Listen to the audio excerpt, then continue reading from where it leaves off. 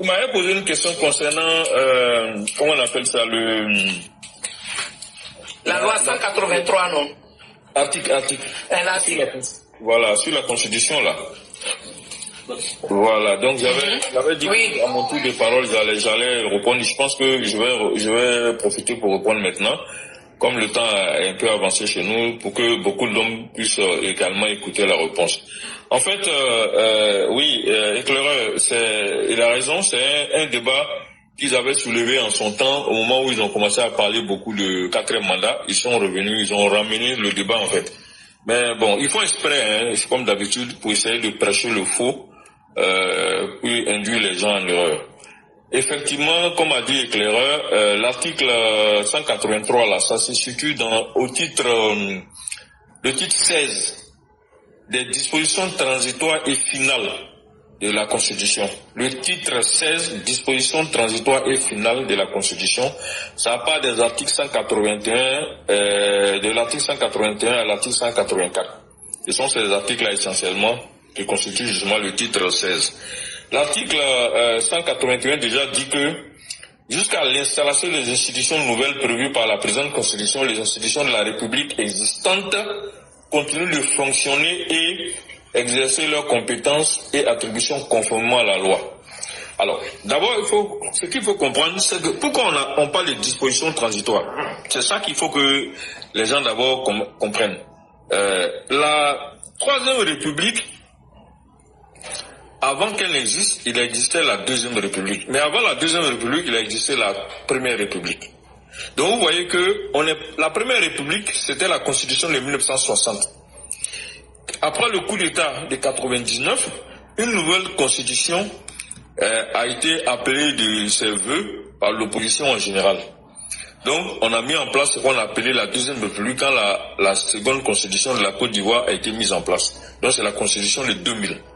Et donc quand le président Ouattara a fait écrire une nouvelle Constitution et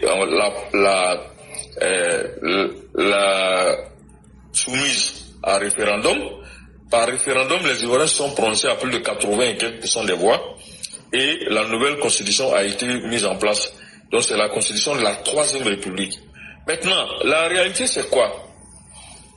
On parle de Troisième République, mais l'État de Côte d'Ivoire existe depuis 1960 en tant qu'entité juridique reconnue à l'international, ayant pris son indépendance. C'est pas parce que on passe d'une république à une autre qu'il n'y a pas, il faut pas faire ce qu'on appelle un pont. Donc les articles 181 et 182 jusqu'à 183 et 184, ce sont des articles qui vont régler la question de la transition de l'État de la Deuxième à la Troisième République. Et vous voyez que l'article 181 dit jusqu'à l'installation des institutions nouvelles prévues par la présente Constitution, les institutions de la République existantes continuent de fonctionner et exercer leurs compétences et attributions conformément à la loi. Pourquoi on a pris ce texte? Parce que il y a des nouvelles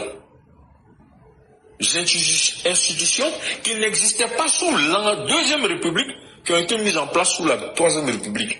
Et on nous dit, jusqu'à ce que ces nouvelles institutions qui ont été prévues par la Constitution de la Troisième République là soient mises en place, les institutions qui existaient, qui sont existantes, donc c'est-à-dire la présidence de la République, l'Assemblée nationale et ainsi de suite, les institutions qui existaient, le pouvoir judiciaire et tout ça, vont continuer d'exister et d'exercer et de fonctionner conformément selon leurs compétences et leurs attributions conformément à la loi. Donc c'est pour qu'il n'y ait pas de rupture. Alors, l'une des nouvelles constitutions, ça a été le Sénat. Le Sénat n'existait pas sous la Deuxième République, mais le Sénat existe sous la Troisième République.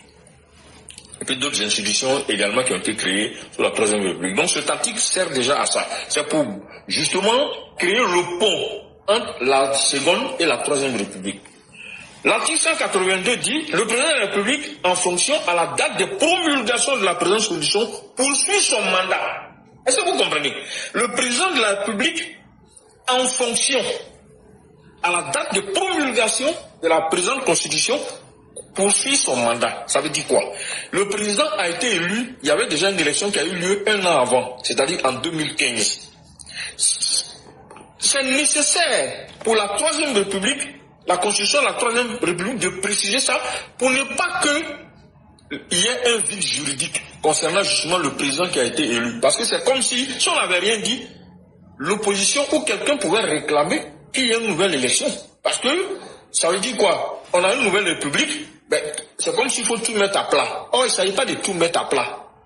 Mais on mettra à plat ce que la Constitution dira de mettre à plat et on continue avec les institutions existantes. Parce que comme je vous ai dit, ce n'est pas le troisième État, c'est la Troisième République. La République est différente de l'État. L'État est la personnalité morale qui existe et qui justement fonctionne conformément à la Constitution. Et chaque fois qu'on change de Constitution, on parle alors d'une nouvelle République. La France est à la 5e République. La Côte d'Ivoire, pour l'instant, est à la 3e République parce qu'il y a 3 constitutions qui ont été mises en place. Donc, je vais directement maintenant à l'article 183 en question. L'article 183 parle des législations actuelles en vigueur en Côte d'Ivoire. C'est-à-dire c'est une transition par rapport à la législation qui existait au moment de l'existence, de la création ou de la mise en place ou de l'établissement ou du vote de la Constitution de la Troisième République, la Constitution de 2016. Alors, cet article-là permet de dire l'ordonnancement juridique. Je dis bien l'ordonnancement juridique basé sur la législation. Quand on dit législation, c'est la loi. La Constitution, ce n'est pas une simple loi. La Constitution, c'est une loi qu'on appelle la loi fondamentale. C'est la Constitution de la Troisième République n'a pas été votée par c'est pas une constitution qui est simplement votée par l'Assemblée nationale. C'est une constitution qui a été votée directement au suffrage universel. On parle alors de référendum. De la même manière que les députés, le président de la République ont été élus là. C'est comme ça qu'on peut paraphraser. La constitution de la Troisième République a été élue par la Côte d'Ivoire et par les Ivoiriens.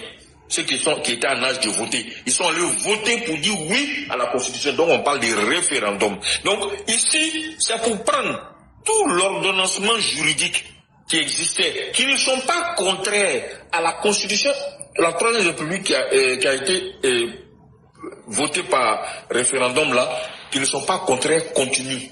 Donc je relis, la législation actuellement en vigueur en Côte d'Ivoire reste applicable sauf l'intervention de textes nouveaux, donc on peut modifier des textes nouveaux, en ce qu'elle n'a rien de contraire à la présente Constitution.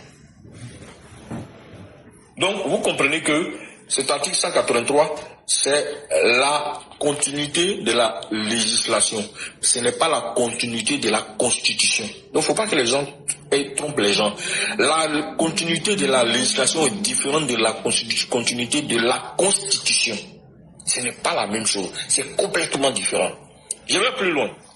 Article 184. La présente Constitution sera publiée au journal officiel de la République de Côte d'Ivoire et exécutée comme Constitution de la République. Elle entre en vigueur à compter de sa promulgation.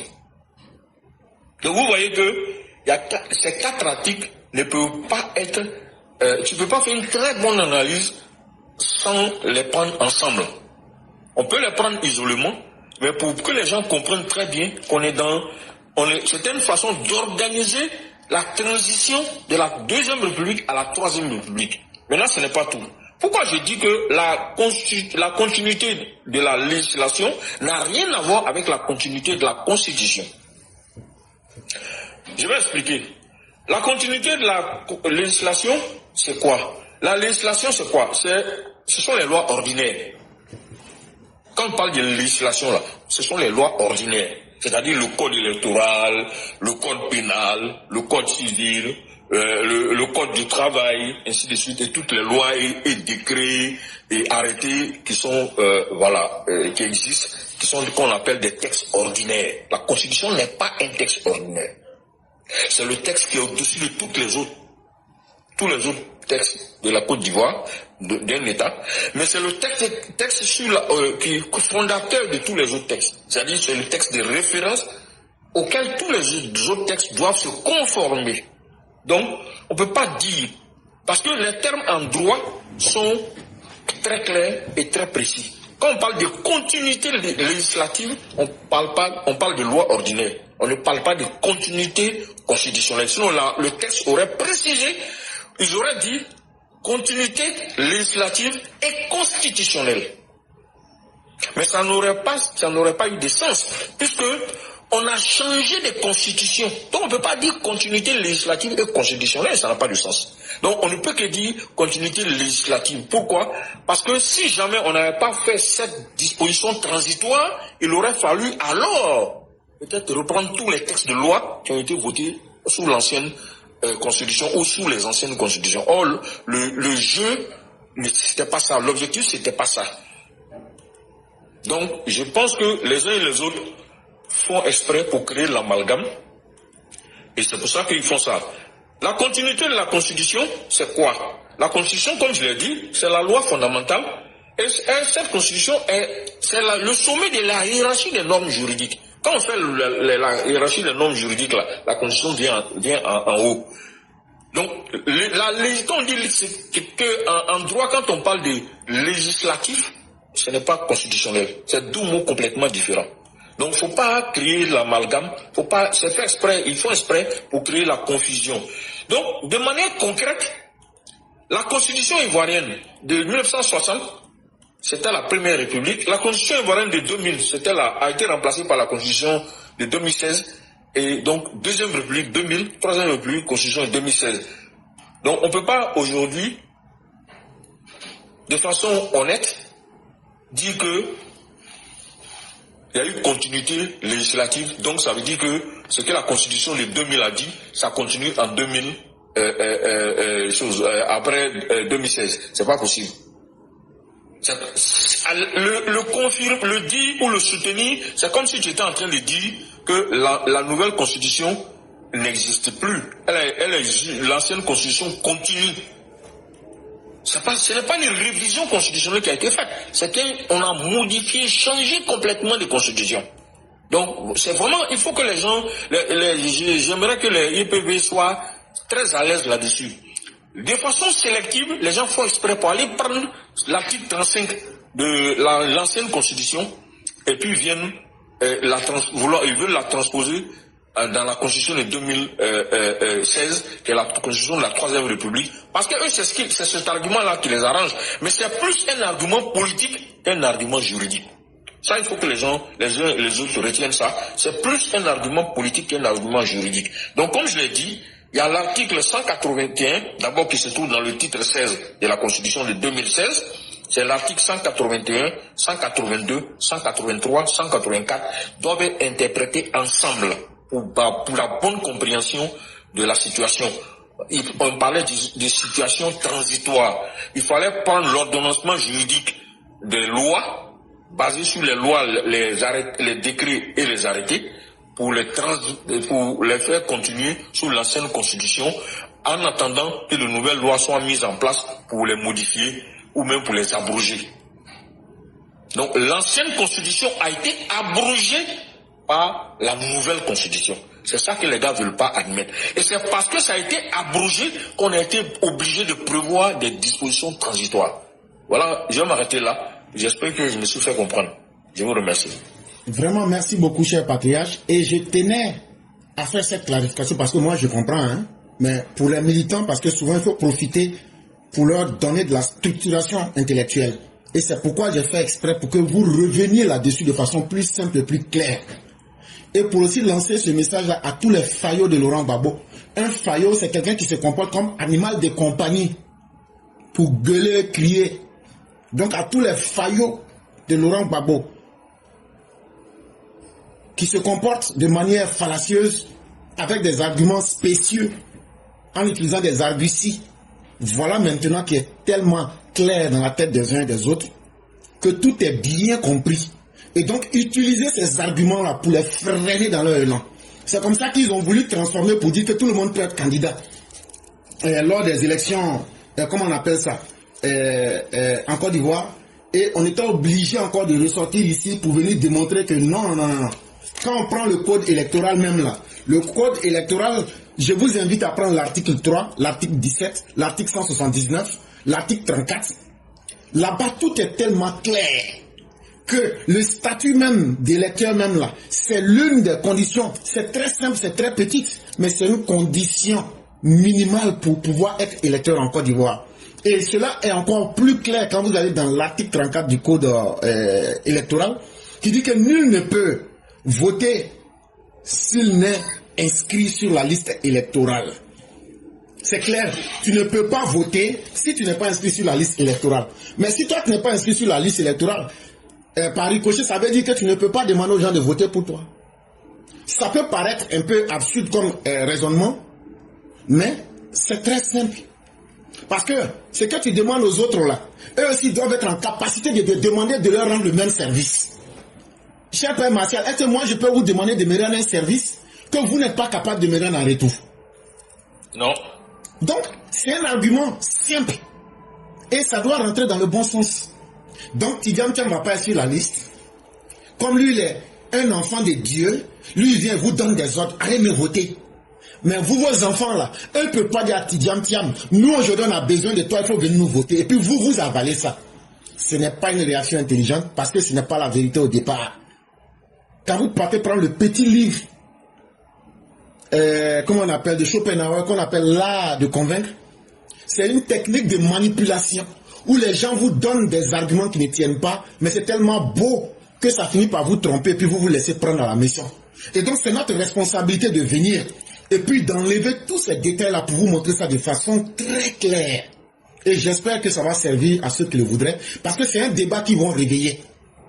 Mais tout ça c'est fait pour manipuler les gens. Vous avez vu comment on a pu le contrer quand ils étaient pour dire, même si tu n'es pas électeur, tu peux faire. Puis on a bloqué ça un coup là. Si je suis sorti pour évoquer ça, parce que nous on suit les opposants. Et chaque fois qu'ils adaptent leur manière de vous tromper, nous on sort rapidement pour bloquer avec des arguments. Et donc c'est pourquoi j'ai préféré que le père Coulibaly prenne son temps. Après là, je vais découper ça, mettre ça, pour que les uns les autres puissent s'en servir. Et vraiment, merci beaucoup, cher père.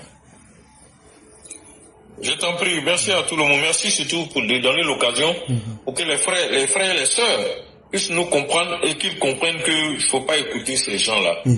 Il faut les écouter d'une oreille, quoi. Mais ne prenez pas tout ce qu'ils racontent.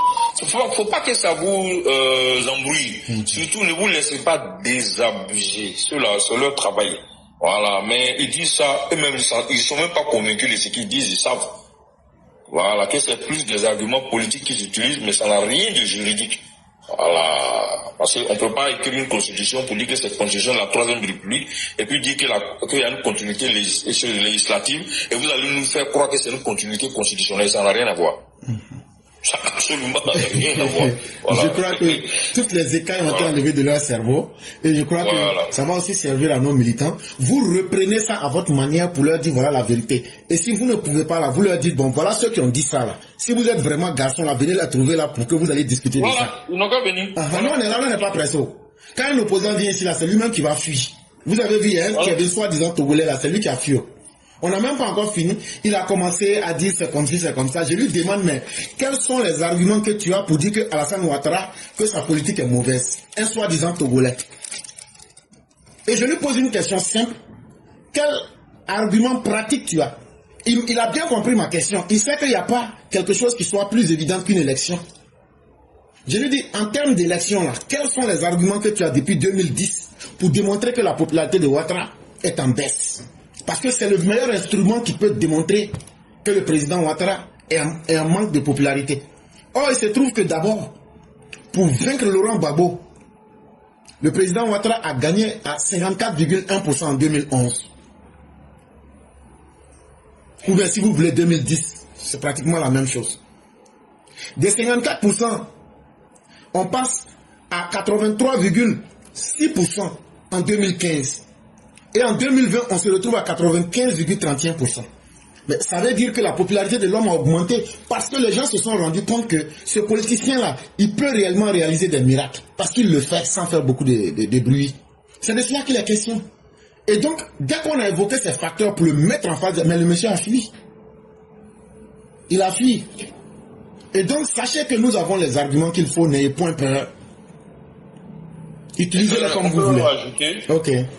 On peut même ajouter à ce que tu viens de dire, qui est tellement bien dit, que en 2010, là, le corps électoral était de combien? On était à peine à 5 millions d'électeurs. Mais en 2015, ça a augmenté. Effectivement.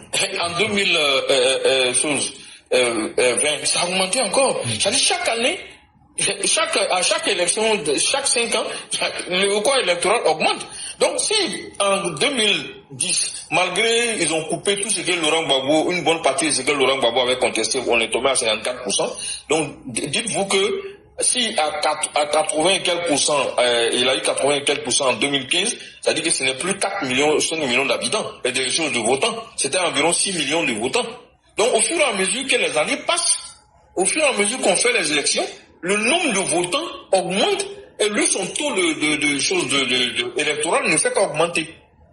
Donc ce que le Togolais là raconte là, d'abord si on prend même toutes les élections qui sont passées, c'est pas vrai. Et deuxième chose, la mobilisation même à l'occasion des organisations politiques, des manifestations politiques de l'URHDP prouve que le président Ouattara, jusqu'à preuve du contraire, il est majoritaire sur le terrain. Donc, il est majoritaire dans les urnes, il est majoritaire sur le terrain. Parce qu'on va me dire que tous ceux qui vont voter, qui votent, ne sont pas, tous ceux qui vont dans les manifestations plutôt ne sont pas tous des votants. Oui, on a compris ça, c'est vrai. Tous ceux qui vont dans les manifestations ne sont pas toujours des votants, c'est la vérité. Il y en a qui ne sont pas inscrits sur la liste électorale. Il y en a également qui n'ont pas l'âge de voter, mais qui participent quand même à des manifestations. Donc quand on met tout ça ensemble, il suffit que tu prennes sur le terrain des manifestations politiques, le RHDP a toujours fait plus que ses adversaires, plus que toute l'opposition même réunie. Quand tu vas prendre également les résultats des législatives, des élections locales, des élections présidentielles, encore une fois, le RHDP est toujours en tête. Je dirais même que, depuis l'opposition, le RHDP a toujours été en tête, pour ne pas dire le RDR. Parce que les gens oublient ça. En 2001, quand on a fait les élections municipales, le RHDP était en tête avec 27% des votants. 27% de l'électorat. Ils étaient en tête avec le plus de mairies. Étant dans l'opposition, et imaginez-vous au plus dur même de l'opposition. Et la rébellion a eu lieu en 2002. Mais on avait rejeté la candidature du président Ouattara en 2000. Et en 2001, ils ont organisé les municipales, on les a frappés. On n'est pas allé aux législatives. Si on était allé aux législatives, on allait avoir plus de députés que les gars là. Honnêtement, ça leur a fait même plaisir qu'on ne soit pas allé aux législatives. D'ailleurs, même le président Ouattara, à l'époque, a dit que ça a été une erreur de sa part qu'il ne soit pas allé à cette élection. Et donc, il a décidé de ne plus jamais boycotter l'élection. Depuis cette élection législative boycottée, parce qu'on avait rejeté sa candidature, il voulait être député de Congo, ils ont rejeté sa candidature. Et depuis lors, le RDR n'a plus boycotté d'élection jusqu'à ce que le RDR arrive au pouvoir. Donc, éclaireur, c'était vraiment ce que je voulais ajouter à ce que tu as dit. Il n'y a pas de problème, cher père. Et encore, j'allais ajouter que hier, parce que nous suivons les opposants, chers parents, faites-nous confiance. Et chaque fois qu'ils apportent quelque chose, on essaye de détruire cela. Et hier encore, je crois que c'était un opposant qui posait la question. Il pensait qu'il allait pouvoir nous piéger. Il dit, mais le parrainage là, que eux n'ont pas vu le RHDP parler, qu'est-ce qu'on cache? C'est là que je leur ai dit, parler beaucoup ne donne pas la vérité. On ne cache rien. Mais si tu veux une communication officielle sur notre méthodologie, le 20 août 2025, lors des rendez-vous du RHDP, M. Adjoumani a parlé de cette question. Donc l'argument que nous cachons quelque chose est faux, puisque nous avons une déclaration publique que tu peux vérifier à l'instant T. Et de cette déclaration, qu'est-ce qui en est ressorti? C'est que le parrainage demandait initialement, c'est que le candidat qui veut se faire élire président, là, tu dois partir dans 17 régions électorales. Ça veut dire dans 17 régions. Et tu t'en vas là-bas, dans chaque endroit sur les 17 là. Tu t'arranges à te faire parrainer par 1% de la population électorale dans ces 17 endroits. Mais nous, au RHDP, c'est que nous nous sommes imposés.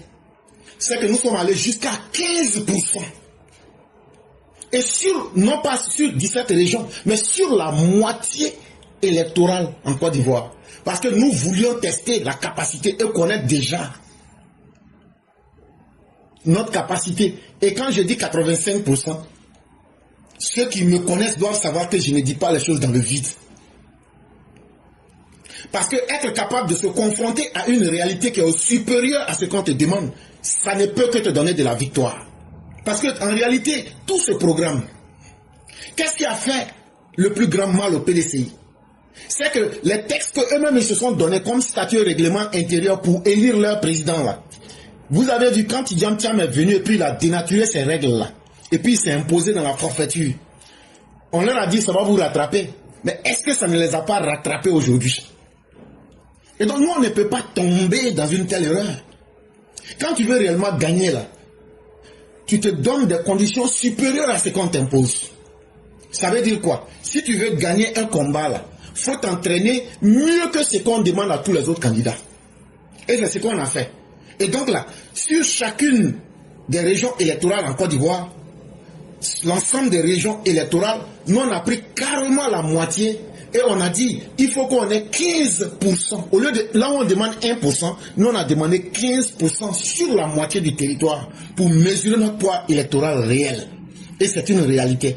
Parce que chacune de ces personnes qui ont parrainé le président Ouattara, si je ne me méprends pas, je peux aller loin pour dire que c'est la moitié même du corps électoral. En réalité, ce que je suis en train de vous dire en français simple là, on a testé notre capacité, c'est-à-dire on va aux élections aujourd'hui là.